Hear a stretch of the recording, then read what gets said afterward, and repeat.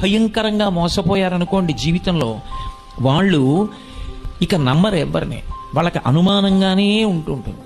నేను వివరం చెప్పకూడదు కానీ సభాముఖంగా నా దగ్గరికి ఎవరైనా వస్తే, బాగా పెద్దవాళ్ళు వస్తే, నువ్వు నా కొడుకు లాంటి వాడివయ్యా అంటుంటారు. కొంతమంది మీరు నా తండ్రి లాంటి వారండి, అన్నయ్య లాంటి వారండి అంటుంటారు. ఒకప్పుడు నా దగ్గరికి ఒక ఆవిడ వచ్చింది, అంది నువ్వు నా అల్లుళ్ళు లాంటి వాడివయ్యా అంది. నేను తెల్లబోయా, ఇలా నన్ను ఎవరు అనలేదమ్మా, నన్ను కొడుకు లాంటి వాడు అంటారే, ఈవిడ అల్లుళ్ళు లాంటి ఆవిడ అంటోందేమి.